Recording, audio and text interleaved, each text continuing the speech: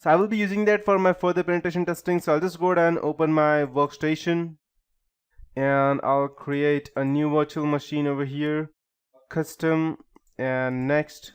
So we're in workstation 9 and next.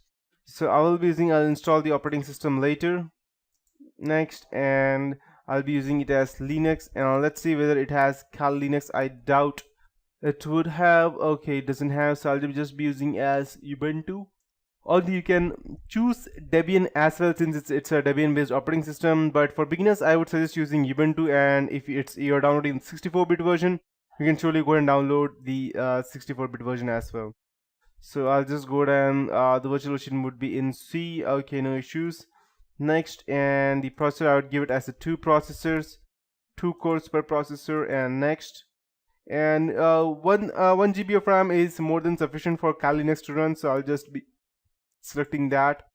And NAT, since I would be needing to connect to my external computer using the internal version, I would be using NAT.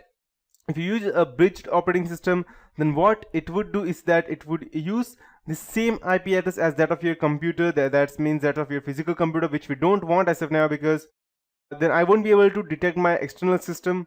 So I would be using NAT. What it does is that it makes the computer think that this is a different operating system on a different network, but it is under the subnet of the whole main operating system. You can also make this do not use a network connection if you don't want it to communicate with anything else, which we obviously do not want.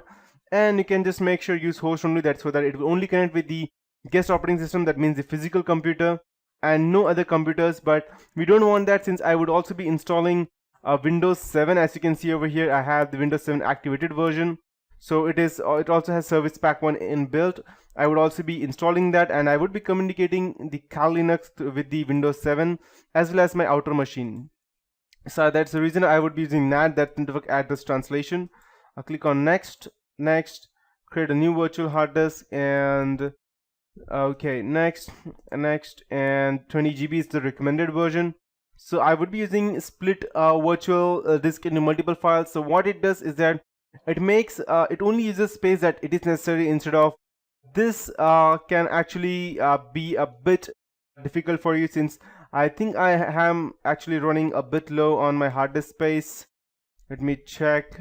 Okay, yeah, I am actually running a bit low on my hard disk space, as you can see. So I would be using this split virtual disk into multiple files, so that it is easier for, because it will not actually take the whole necessary space as of now. So I'll just click next, and the name would be Ubuntu VDK. It's stored in C. Uses my username Calvin5, downloads documents virtual machine Ubuntu. Finish, and perfect.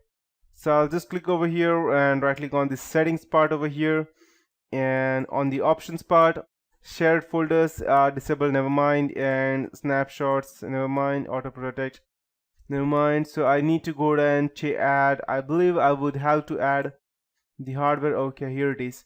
So I'll be clicking on the CD drive and use ISO file.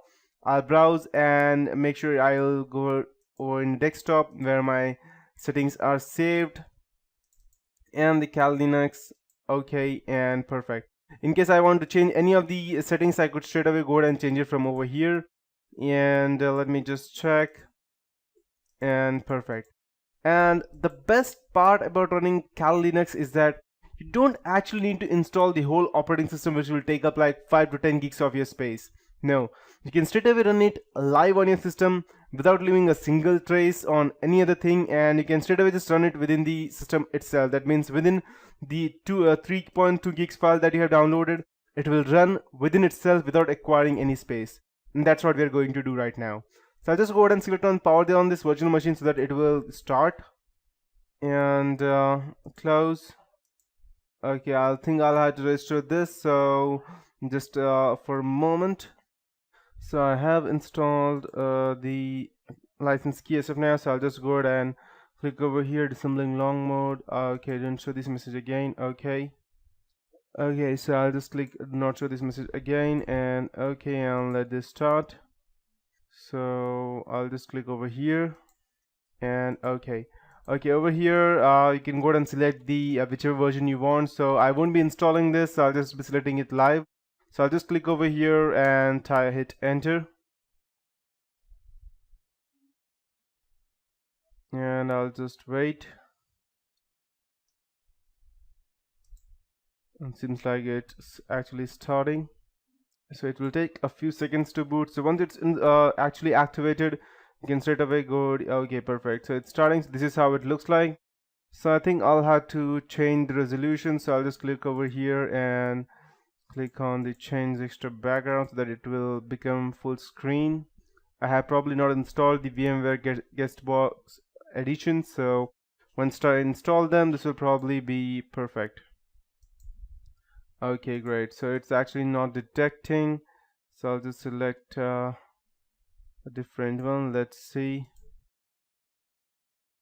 Okay, so revert settings. Let's see what is the lowest we have. Okay, this should run perfectly, I believe. Okay, perfect. So this one's fine, so I'll just click over here to unpin it, and perfect. So this is how it looks like.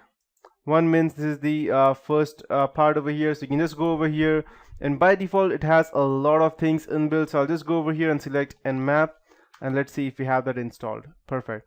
As you can see, this is how the Nmap looks like instead of the Zenmap which we were using previously. So I think that would be it for this tutorial as of now. In the next tutorial I'll be continuing with the MWAP version and how it works. So thank you for watching this tutorial, guys, and have a nice day ahead.